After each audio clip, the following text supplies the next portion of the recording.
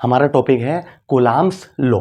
ठीक है, कूलाम्स ने एक लॉ दिया था अपना दो चार्ज के लिए कि दो जब चार्ज होते हैं पॉजिटिव नेगेटिव हो या फिर पॉजिटिव पॉजिटिव हो या फिर नेगेटिव नेगेटिव हो, तो उनके बीच जो फोर्स ऑफ अट्रैक्शन होता है वो किस चीज़ पर डिपेंड करता है।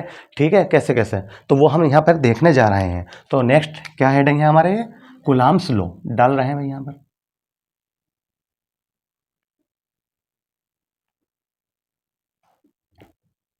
ये हमारा हेडिंग हो गया कूलाम्स लॉ। बहुत अच्छे से पढ़ेंगे, ठीक है, बिल्कुल यहीं पे याद होगा आपको, बेफिक्र रहिए। ठीक है, मैं समझाता हूँ। उन्होंने कहा, देखो मैं यहाँ पर बना दूं, पहले समझा दूं आपको डायग्राम से, कि एक चार्ज यहाँ पर रखा है, मान लीजिए Q1 है, एक चार्ज यहाँ पर रखा है, मान लीजिए Q2 है। ठीक है, और इनके बीच की जो डिस्टेंस है वो क्या है, R है। तो अब एक बात पहले तो मुझे ये बताइए, मैं आपसे ये पूछूं कि इन दोनों के बीच कौन सा फोर्स लग रहा होगा, तो आप मुझसे क्या पूछेंगे कि सर हमें ये बता दीजिए इनमें से पॉजिटिव कौन सा नेगेटिव कौन सा है, क्या ये दोनों पॉजिटिव है, क्या ये दोनों नेगेटिव है। बात समझ में आ रही है, क्या एक पॉजिटिव एक नेगेटिव है। अगर एक पॉजिटिव एक नेगेटिव है, कोई सा भी पॉजिटिव हो और कोई सा भी नेगेटिव हो, तो कौन सा फोर्स लगेगा, अट्रैक्शन का। क्लियर।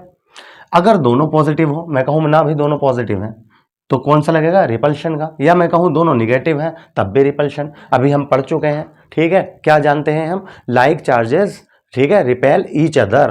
ठीक है, बट अनलाइक चार्जेस क्या होते हैं, अट्रैक्ट ईच अदर। अगर ये प्लस माइनस है तो एक दूसरे को अट्रैक्ट करेंगे, अगर माइनस माइनस या प्लस प्लस है तो एक दूसरे को रिपेल करेंगे। क्लियर। तो ये उन्होंने कहा था कि जब दो, तो अब मैं तुमसे कहूं कि मैं तो बता ही ना रहा, ये आपने मुझसे पूछा कि प्लस माइनस है प्लस प्लस है माइनस माइनस है, तो मैं बोला मैं तो बता ही ना रहा कि कौन सा क्या है। क्या पता इसकी वैल्यू प्लस हो, क्या पता इसकी माइनस हो, क्या पता दोनों की प्लस प्लस हो। अब बताओ क्या कहोगे। तो आप पता इस पर क्या इस्तेमाल करोगे, तो आप कहोगे हम दोनों का ही इस्तेमाल करेंगे। हम यहाँ पर अट्रैक्शन का भी इस्तेमाल करेंगे वर्ड का, और रिपल्शन का भी, कि इनके बीच जो फोर्स लग रहा है वो अट्रैक्शन या और कह देंगे बस हम उसे, और मतलब मीन या, ठीक है, या रिपल्शन का फोर्स होगा। क्लियर है। तो यही मैं यहाँ पे पहले डेफिनेशन लिख देता हूं, फिर और समझेंगे। The force of attraction and repulsion. ठीक है, the force of attraction and repulsion between, ठीक है, क्या है, between two point charges, to point charges. मैं ये भी बता दूं पहले, ये न्यूटन्स का जो लॉ है ये पॉइंट चार्ज के लिए वैलिड है। ये दोनों के दोनों कैसे चार्ज है, पॉइंट चार्ज। ठीक है, लेकिन हम ये भी साथ साथ बता दें, अब आप कभी आगे पढ़ो, ठीक है, वहां पे कोई ऐसा करके स्फेयर दे दे इतना बड़ा, तो आप कहोगे सर सर ये तो पॉइंट चार्ज ही नहीं है। तो कुछ चीज़ें ऐसे ली जाती हैं कि जो हो सकता है आप यहाँ से पास से देख रहे हो तो आपको ये पॉइंट चार्ज ना लगे, अगर मैं यहाँ से देखूँ दूर से तो क्या लगने लगे, पॉइंट चार्ज लगने लगे। ठीक है, तो कहा यही जाता है पॉइंट चार्ज के लिए वैलिड है। ठीक है ना, समझ में आई बात। जब हमारी स्पेस में जाके, ठीक है, एस्ट्रोनॉट जब स्पेस में गए थे, हमारी जो अर्थ है इसका उन्होंने फोटो लिया था। ठीक है, तो पता कैसा आया था, ऐसा आया था। कहाँ हमारी स्पेस, मतलब सॉरी अर्थ, कहाँ इस अर्थ, कहाँ स्पेस, वहां से फोटो लिया। तो इसका मतलब वहां से दूर से देखने पर हमारी अर्थ कैसी लगी उन्हें, कैसी लगी, पॉइंट। बात समझ आ गई। तो यह मतलब होता है, तो पॉइंट चार्ज का मतलब यह होता है कि जिसके लिए आप निकाल रहे हो, जिस पर चार्ज दिया है, उसकी उसकी जो रेडियस है, ये मान लो ये है, उसके उसके कंपैरिजन में यहां से लेके यहां तक की डिस्टेंस क्या है, बहुत बड़ी है। इसकी कंपैरिजन में ये डिस्टेंस ज़्यादा है, तो यहां से इसे क्या मान लिया जाएगा, पॉइंट चार्ज मान लिया जाएगा। क्लियर हो गई बात। लेकिन ये ज़रूर इस्तेमाल होता है पॉइंट चार्ज। क्लियर है बात।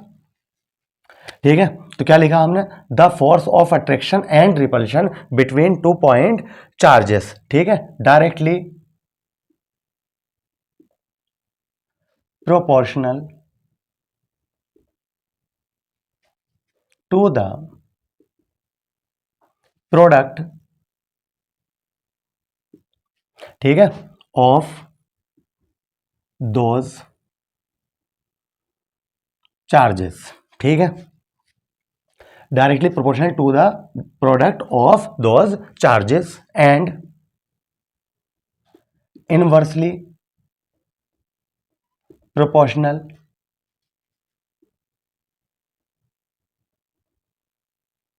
To the square of the distance of the distance, ठीक है, देम को लिख दीजिए। हाँ भाई, ये कहा था उन्होंने, किसने लो दिया था ये? कूलम्ब्स ने। क्या कहा था?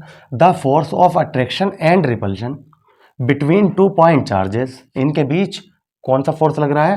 फोर्स ऑफ अट्रैक्शन हो या फिर रिपल्शन हो, ठीक है, directly proportional to the product of those charges, इन दोनों के क्या होता है? प्रोडक्ट के डायरेक्टली प्रोपोर्शनल होता है, and inversely proportional to the square of the distance them, ठीक है। क्या मतलब हुआ इसका? Of the distance between them लिख दीजिए, है ना, बिटवीन देम, और इनके बीच की जो डिस्टेंस होती है उसके क्या होता है? स्क्वायर के क्या होता है? इनवर्सली प्रोपोर्शनल होता है। क्लियर हो गई बात? तो अभी हम यहाँ देखेंगे, तो हम यहाँ पे लिख देंगे थोड़ा सा इसके बारे में। ये तो समझ लिए क्या हो गया है, हमारी डेफिनेशन हो गई कूलम्ब्स लॉ की, ठीक है। लिख रहे हैं, मान लेंगे हम यहाँ पर, let two charges Q1 and Q2 be placed at r distance from each other, ठीक है। मान लिया हमने कि दो चार्ज है Q1 एंड Q2 और जिनके बीच की डिस्टेंस क्या है? r है, ठीक है। तब देन इलेक्ट्रोस्टैटिक फोर्स, अब ये भी सुन लीजिए।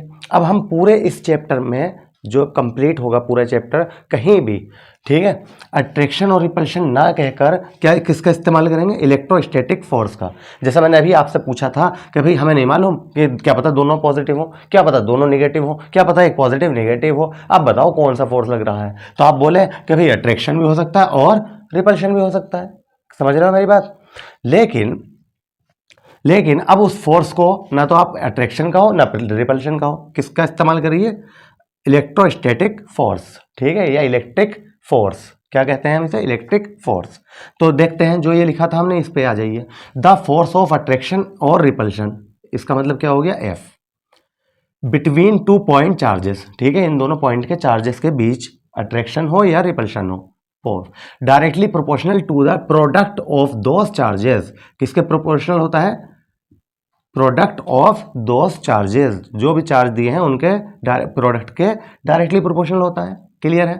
And inversely proportional to the square of the distance between them, और इसका स्क्वायर कर दीजिए और इसका क्या कर दिए? इनवर्सली, ठीक है, अपॉन में डाल दीजिए उसे, प्रोपोर्शनल होता है। ये था फॉर्मूला। बताइए, बात समझ में आई? क्लियर हो गया है?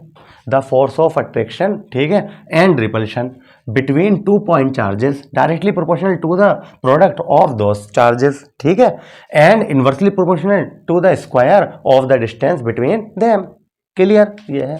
फिर हमने यहाँ पर कुछ थोड़ी सी बात लिख दी। साइड में डायग्राम आता है, फिजिक्स के सारे डायग्राम साइड में लिखे जाते हैं, कुछ डायग्राम आते हैं ऐसे जो बीच में लिखे जाएंगे, बना दिए जाएंगे, ठीक है, तो नहीं तो साइड में आते हैं।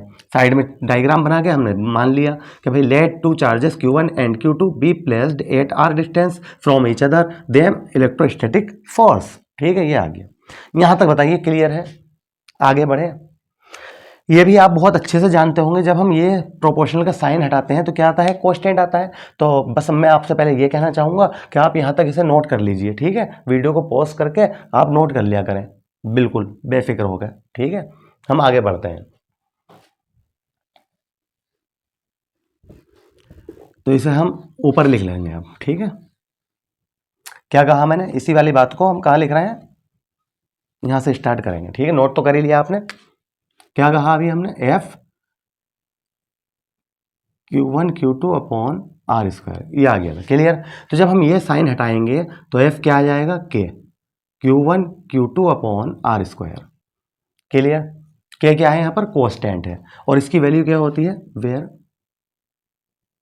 के इज इक्वल टू 9 इंटू 10⁹, ये भी याद रखना आपको।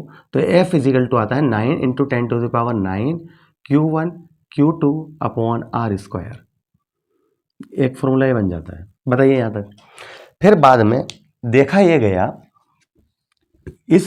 ये जो के था, ठीक है, इसकी वैल्यू 9 इंटू 10⁹ तो लिखेंगे ही हम, ठीक है। तो इसके लिए एक वर्ड का इस्तेमाल किया गया, नाउ के इज इक्वल टू किसका? 1/4πε0। क्या है? के इज इक्वल टू 1/4πε0। मैं यहां पर भी लिख देता हूं। क्या कह रहा है हम इसे? क्या बोलते हैं इसे? ε0।